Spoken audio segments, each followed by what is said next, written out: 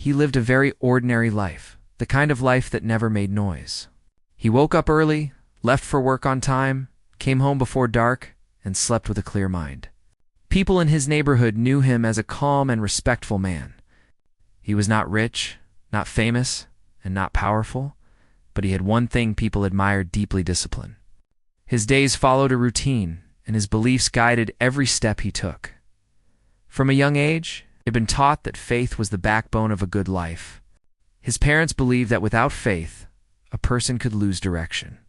They were not strict or harsh, but they were consistent. Every week they dressed neatly, walked together, and entered the same church. He grew up watching them bow their heads in silence, listening carefully to every word spoken from the front. For him, church was not just a place. It was a feeling of safety, order, and belonging. As he grew older, that habit never left him. Even when his parents passed away, he continued the routine alone. Sunday mornings were special to him. He woke up earlier than usual, ironed his clothes slowly, and made sure he looked presentable. It was not about showing off. It was about respect. He believed that when a person entered a place of worship, they should bring their best self with them. Inside the church, he always sat quietly. He never rushed to the front, never tried to stand out. He listened carefully, even when the messages felt repetitive. To him, repetition was not boring. It was a reminder. He believed that hearing the same lessons again and again helped keep a person on the right path. He trusted the voices speaking from the front. He never imagined they could be wrong. People around him had different opinions. Some attended regularly, some came only on special occasions, and some stopped coming altogether. When he noticed people leaving, he didn't judge them harshly, but he did feel confused. In his mind, leaving church meant losing guidance. He quietly believed that people who stopped attending had grown careless or weak. He never said this out loud, but the thought lived inside him. At work, he was known as someone honest and reliable. If a task needed patience, it was given to him. If something required trust, his name came up first. His coworkers respected him, even if they didn't fully understand him.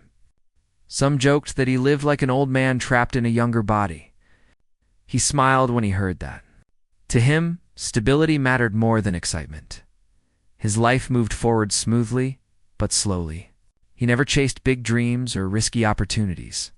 He believed that staying grounded was safer than flying too high. He saved money carefully, helped neighbors when he could, and avoided conflicts. He felt content, even proud, of the way he lived. He believed he was doing things right. One evening after work, he stopped by a small roadside tea stall near his apartment. It was a simple place with plastic chairs and chipped cups. He didn't go there often, but that day he felt unusually tired and wanted to sit somewhere quiet before going home. The stall was mostly empty, except for one older man sitting in the corner. The older man had a calm presence. His clothes were clean but worn, and his posture showed signs of a long, hard-working life. His eyes were sharp but carried a tired depth, as if they had seen too much to be easily surprised. The two men exchanged a brief nod. Nothing more? As he sipped his tea, he noticed the older man looking in his direction, not in a rude way, but with curiosity. After a moment of silence, the older man spoke, his voice low and steady. He made a simple comment about the weather, how it had been changing lately. The conversation began casually, without intention.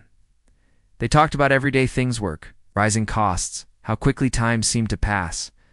The older man spoke slowly, choosing his words carefully. There was no bitterness in his voice, no anger, just honesty. That calm tone made the conversation feel safe.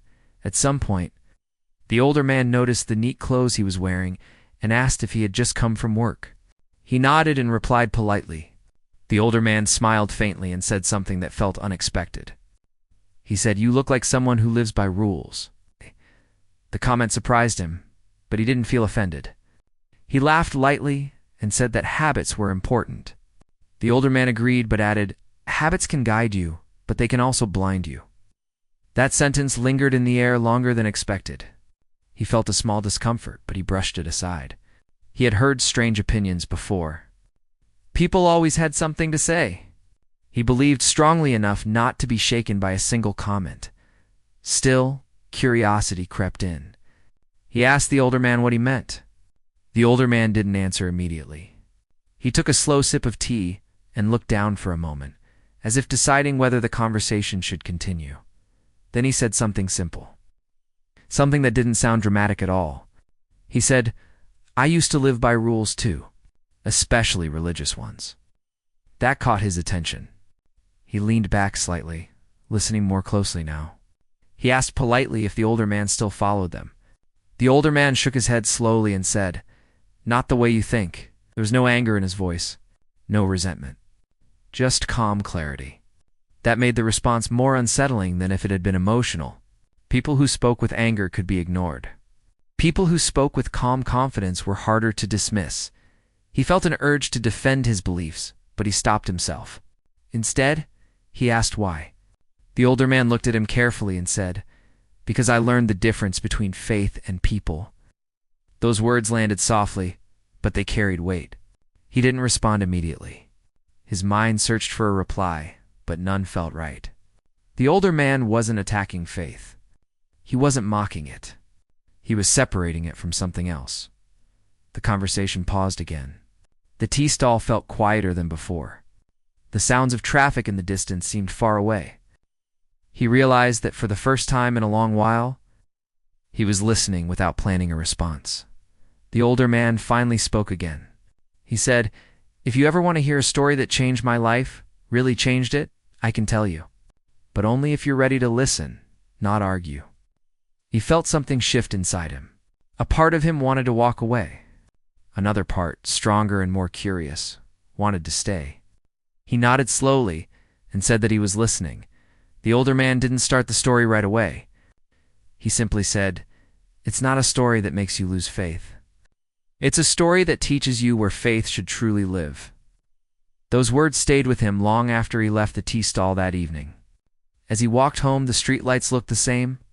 The road felt familiar, but his thoughts were louder than usual. He told himself that listening to a story couldn't change who he was. He had lived this way for years. One conversation couldn't undo that yet deep inside. A quiet voice whispered that this was only the beginning. That night, sleep did not come easily to him. He lay on his bed, staring at the ceiling, replaying the conversation again and again. The older man's words were calm, almost gentle, yet they carried a strange weight. It wasn't what was said, but how it was said. There was no attempt to convince, no pressure to agree. Just a quiet confidence that made him uncomfortable. He told himself he was overthinking. People talked all the time. Everyone had a story. He had listened to many before and walked away unchanged. Still, something felt different this time. The sentence about faith in people kept returning to his mind. He tried to replace it with familiar thoughts, the kind that always brought him comfort. But it refused to leave. The next morning, he followed his routine as usual. He woke up, got ready, and left for work. The streets were busy, the sounds familiar. Everything looked normal, yet his thoughts felt heavier. At work, he completed his tasks without mistake, but his mind wandered more than usual. A few coworkers noticed his silence and asked if he was okay. He smiled and said he was just tired. During lunch, he sat alone, something he rarely did. Normally, he enjoyed quiet company, but that day the silence felt louder. He remembered how the older man had said he would only tell the story if someone listened without arguing. That line bothered him more than anything else. Why would anyone expect an argument before even starting a story? By the time evening came, he found himself walking toward the tea stall again, almost without thinking.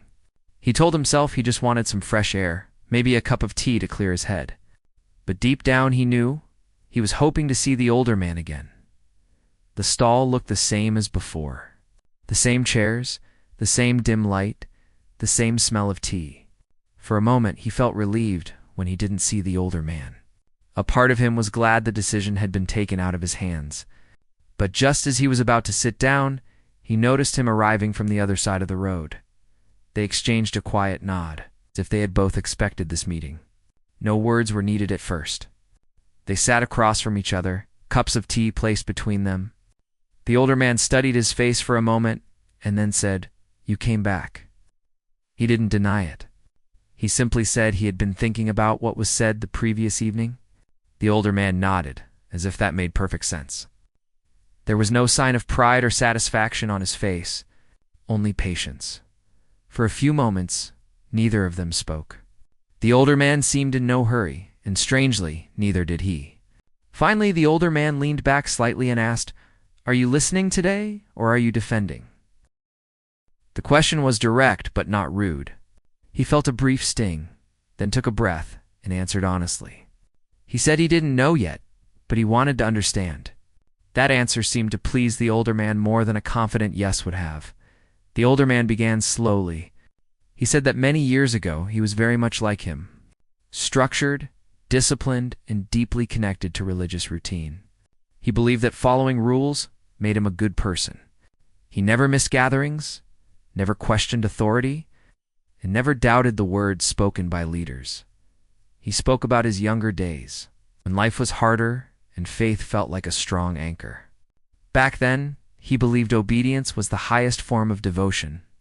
If something didn't make sense, he assumed the fault was in his understanding, not in the message. As the story unfolded, he listened quietly. He noticed how the older man never raised his voice, never used dramatic language. The words were simple, almost plain. That made them feel more real. The older man explained that over time, he became more involved. He started helping with organizing events, managing small tasks, and assisting people who came seeking guidance. At first, he felt proud to serve. He believed he was doing something meaningful. But slowly, small things began to bother him. Not big enough to cause outrage, but noticeable enough to plant doubt. Requests for help were sometimes delayed without explanation. Certain people were treated differently based on their status or connections. Questions were discouraged, not answered. He said that whenever he felt uneasy, he pushed the feeling away. He told himself that no system was perfect. He believed patience was a virtue, and silence was a sign of respect. He feared that questioning might mean a lack of faith, as he listened. The man sitting across from him felt a strange tightening in his chest. None of what he was hearing sounded shocking on the surface.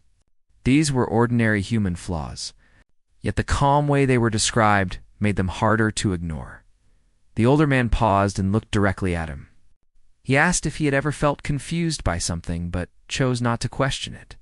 He hesitated, then nodded slowly. Everyone had moments like that. Moments they buried because facing them felt uncomfortable. The older man continued.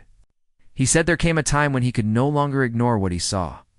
It wasn't one big event, but many small ones piling up. Decisions made behind closed doors, words spoken in public that didn't match actions, taken in private.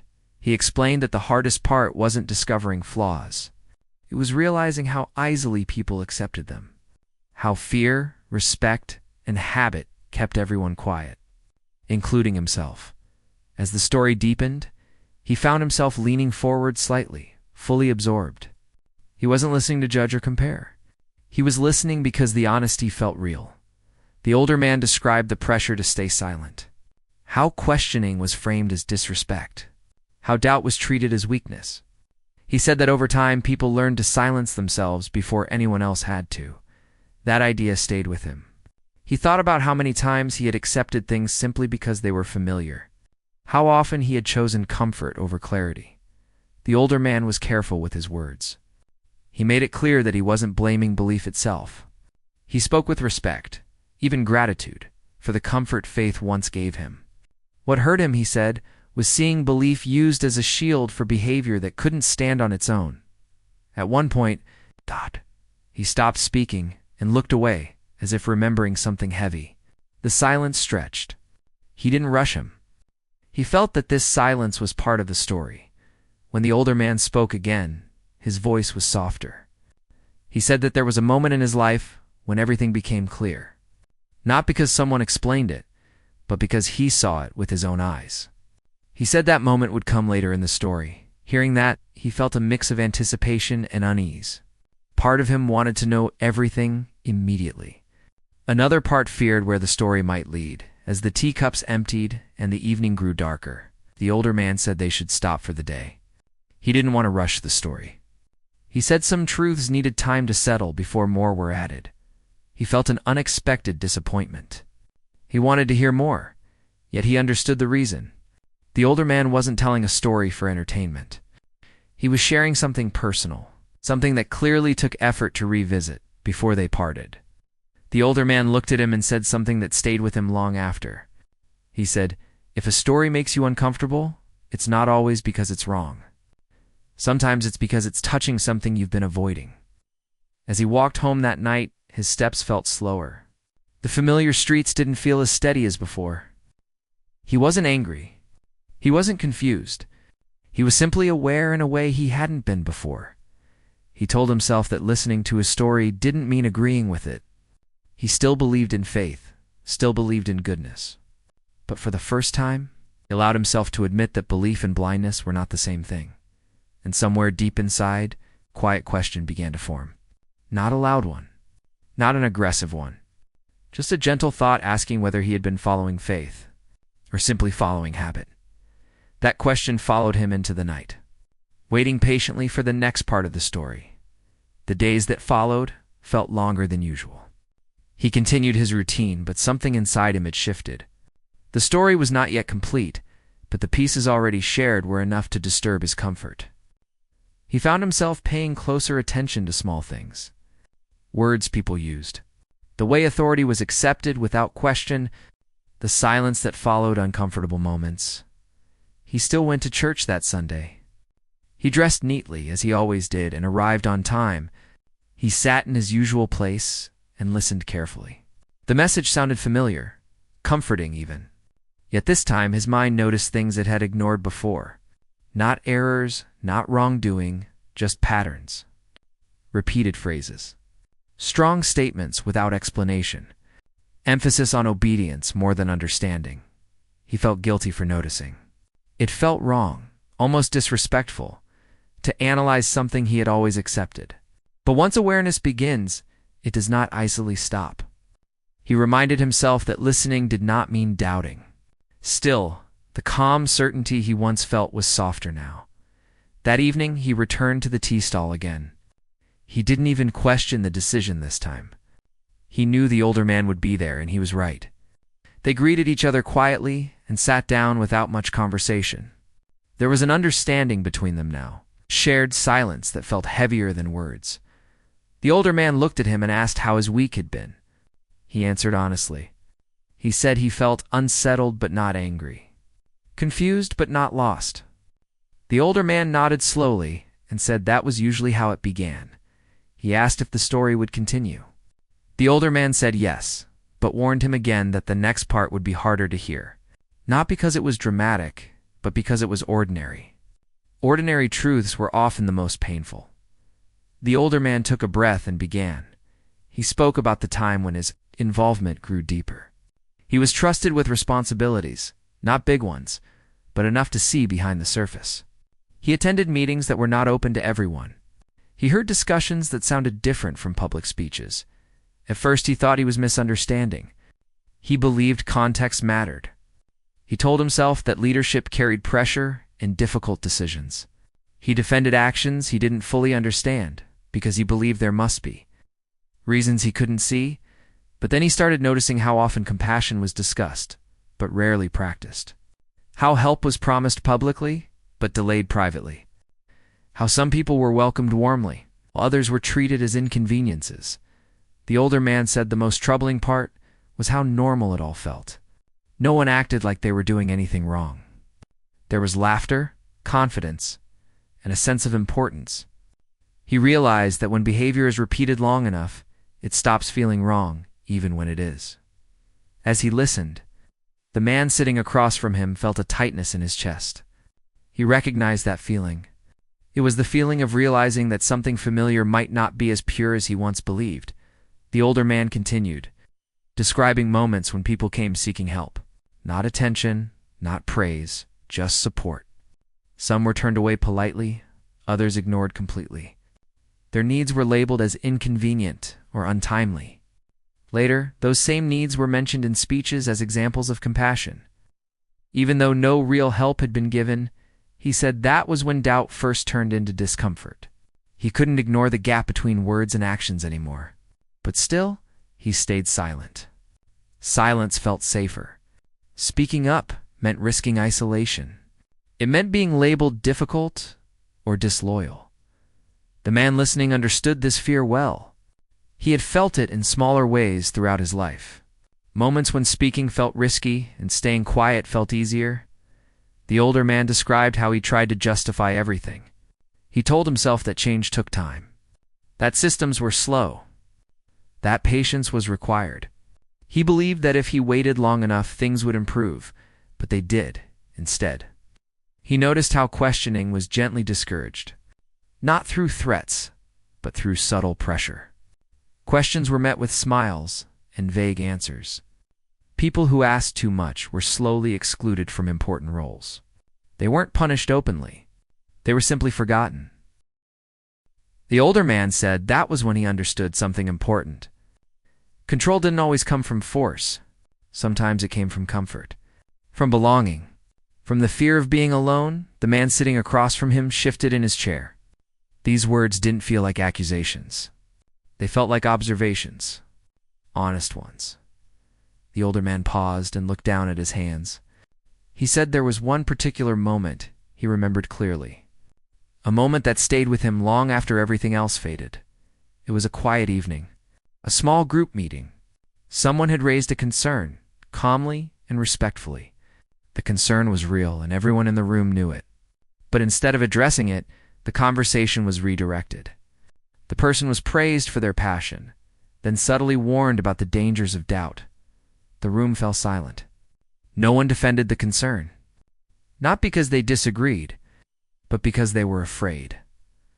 The older man said that silence hurt more than any argument could have. It showed him how easily truth could be buried under politeness. As he spoke, the listener felt a strange mix of emotions: sadness, recognition, and confusion. He wanted to say that things weren't like that everywhere, that maybe this was just one place, one group, but he held back.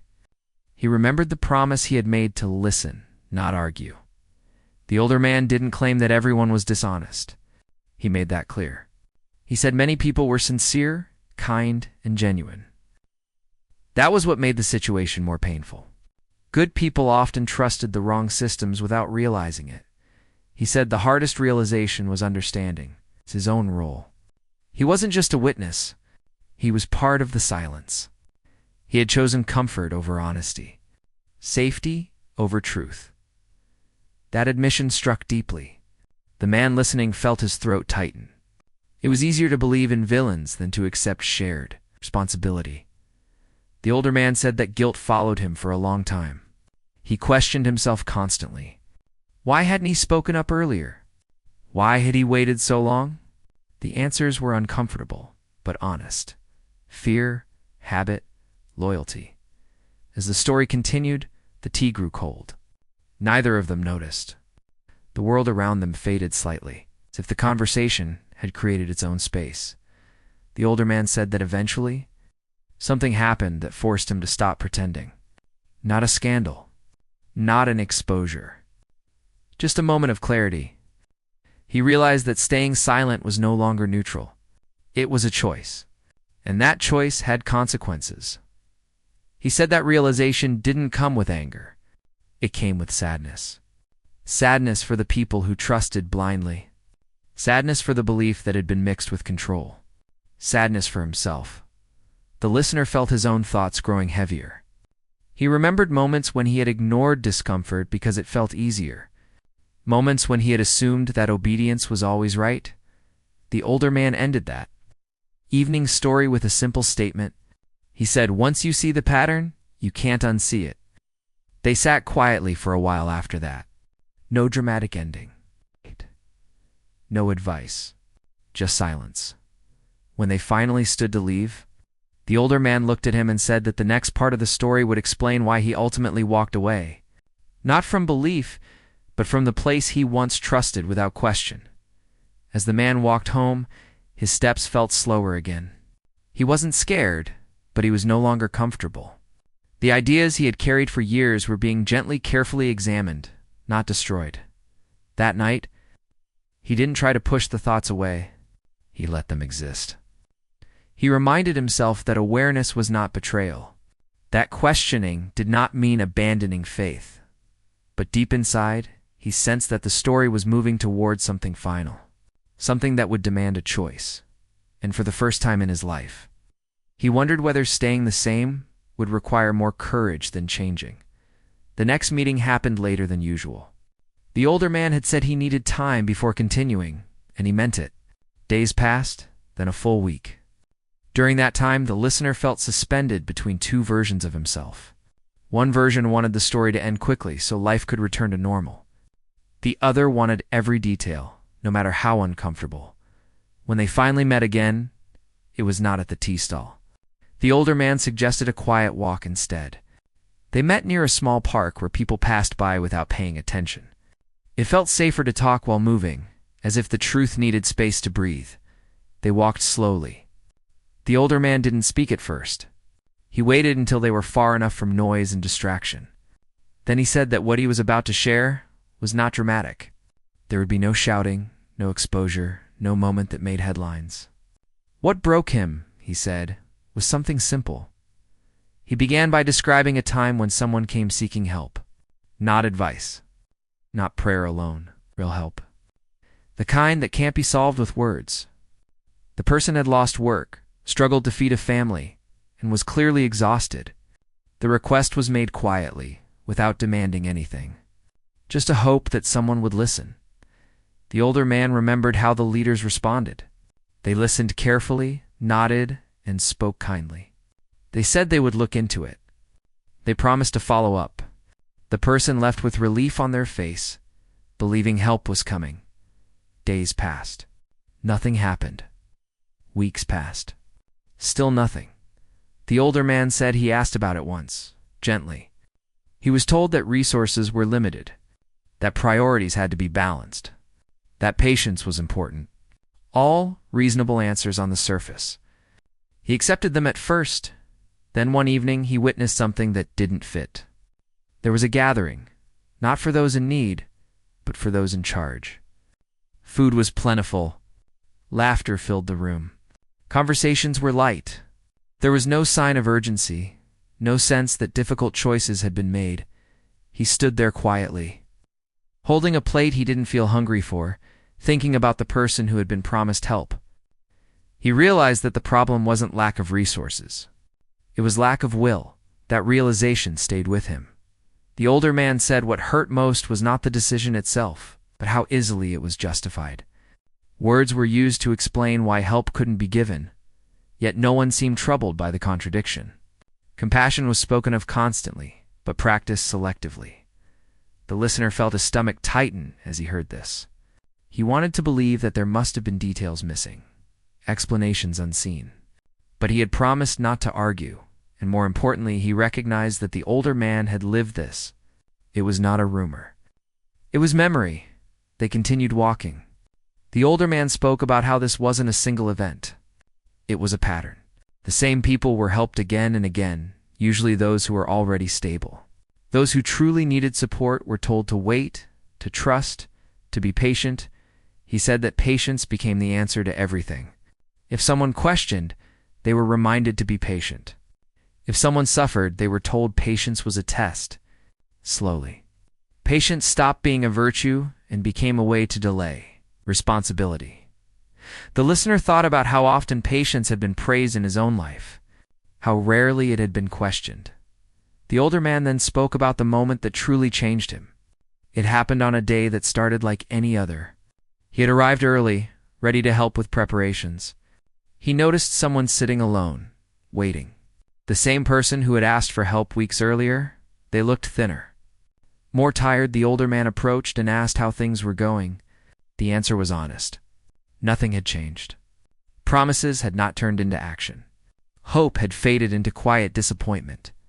Something broke inside him then. Not anger, not outrage. Just a deep, heavy sadness. He realized that faith, as it was being practiced there, had become comfortable for those who had power and exhausting for those who didn't. He decided to speak up. He didn't raise his voice. He didn't accuse anyone. He simply asked why help had not been given when it had been promised. The question was calm, respectful, and clear. The response was immediate, but not direct. He was thanked for his concern. He was reminded of the complexity of decisions. He was told that public questioning could create confusion and should be avoided. The conversation moved on, leaving his question unanswered. That was the moment he understood something important. The system was not broken. It was functioning exactly as designed. The listener felt his heart race slightly as he heard this. He imagined himself in that situation. Would he have spoken up? Would he have stayed silent? The older man said that after that day, things changed subtly. He wasn't confronted. He wasn't punished. He was simply included less. Responsibilities were reassigned. Conversations ended when he approached. The warmth he once felt cooled quietly. No one told him he was wrong. No one told him to leave. They simply made it clear that his presence was no longer necessary. He said that exclusion hurt more than conflict would have. Conflict could be faced. Exclusion made you question your worth. As they walked, the listener noticed how the older man's voice remained steady. There was pain there, but no bitterness.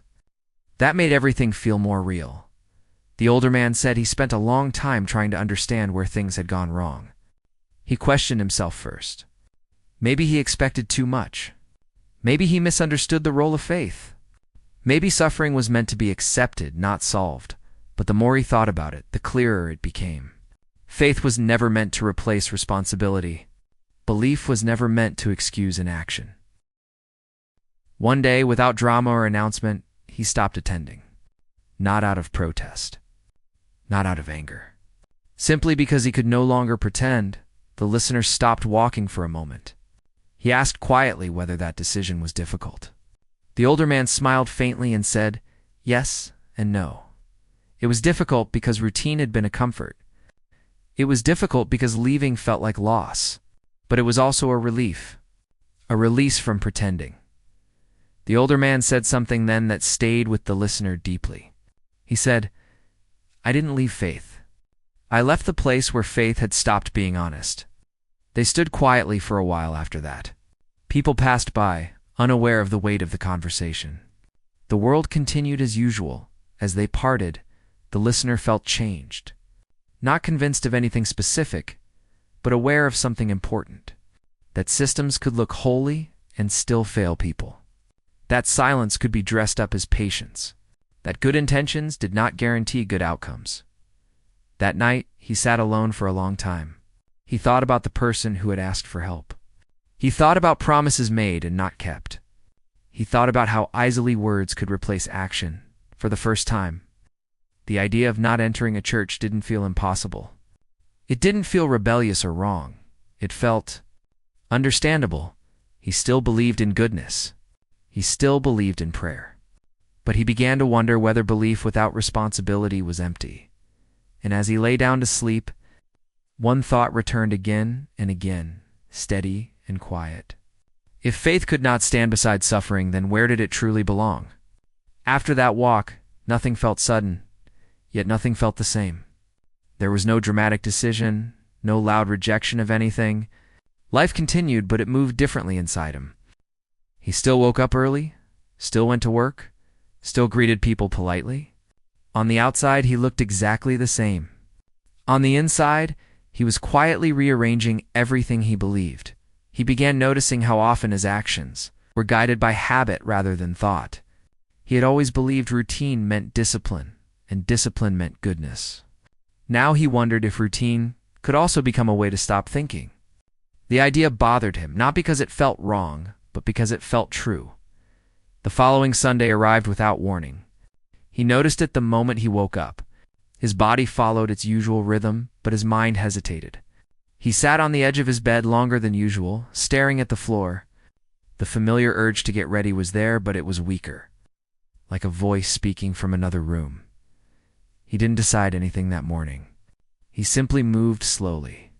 He made tea instead of rushing. He looked out the window longer than usual. By the time he checked the clock, he realized he would be late if he left now. That realization surprised him. Being late had always bothered him. It felt like disrespect. But instead of panic, he felt calm. He sat back down and told himself he would go next week. Just not today. The day passed quietly. No guilt followed him. Just a strange, peaceful silence.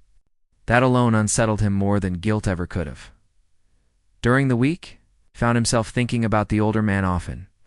Not just the story, but the tone, the patience, the absence of anger.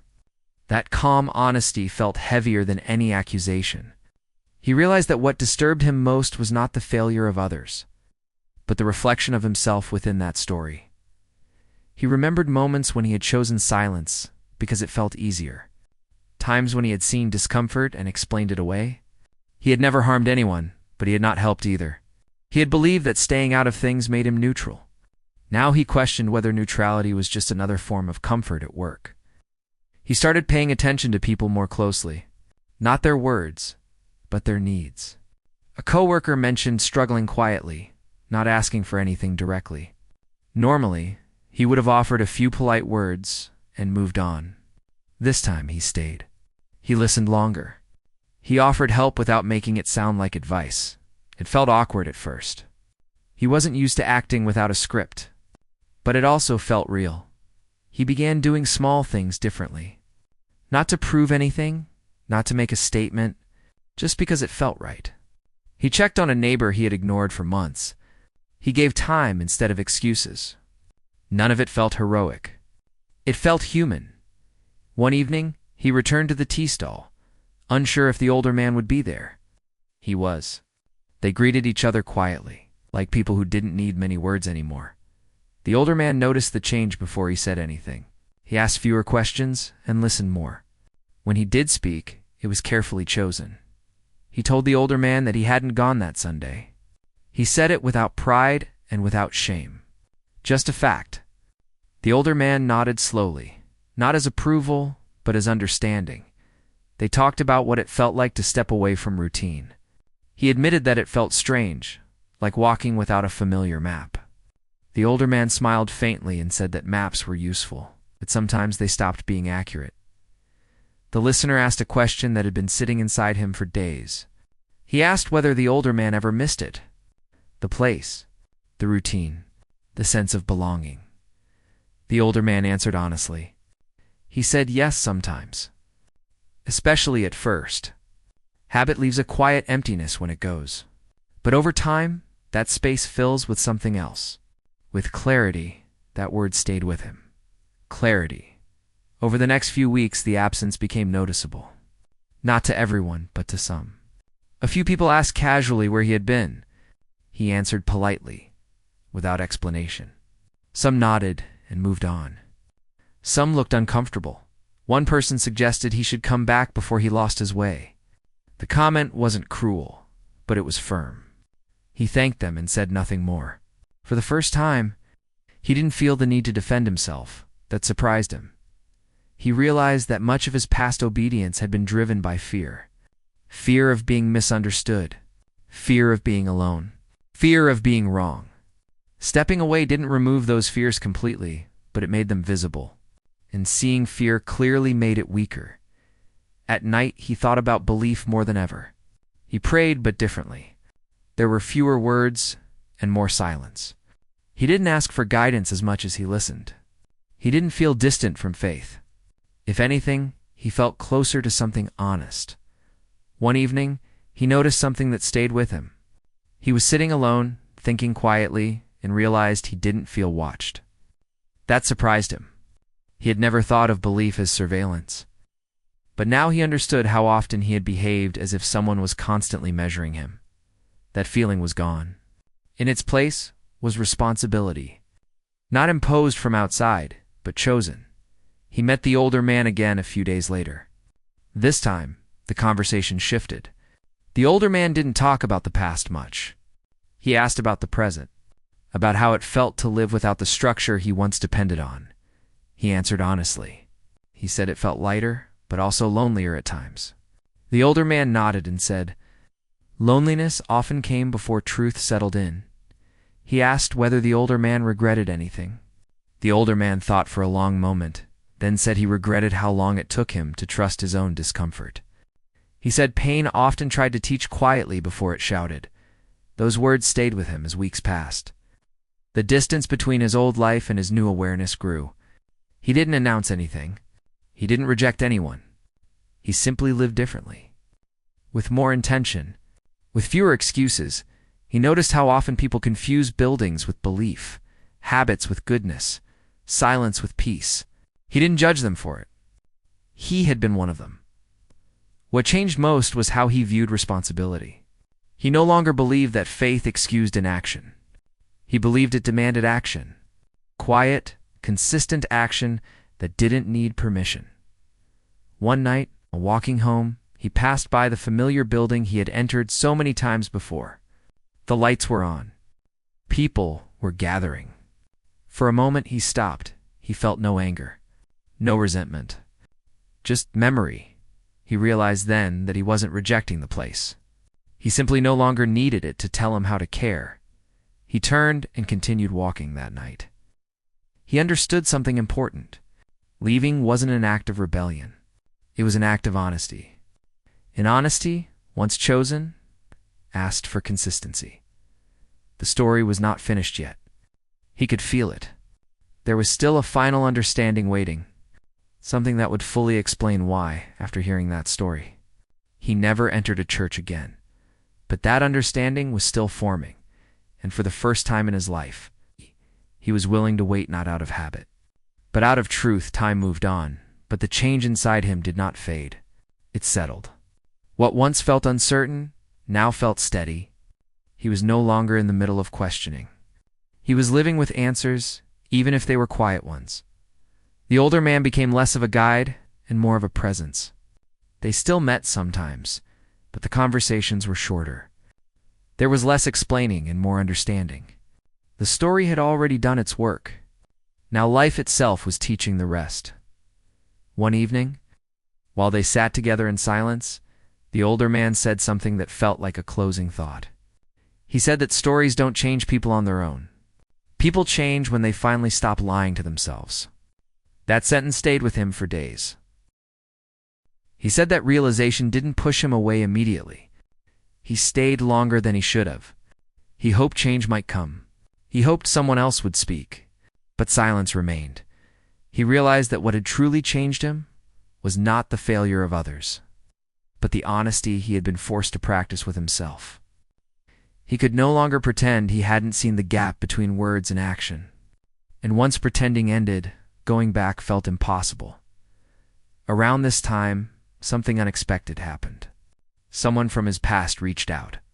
Not aggressively. Just a simple message asking why he hadn't been around. The tone was polite, almost concerned. He read the message more than once. In the past, this would have made him anxious. He would have searched for the perfect response, something respectful, something safe. This time he felt calm.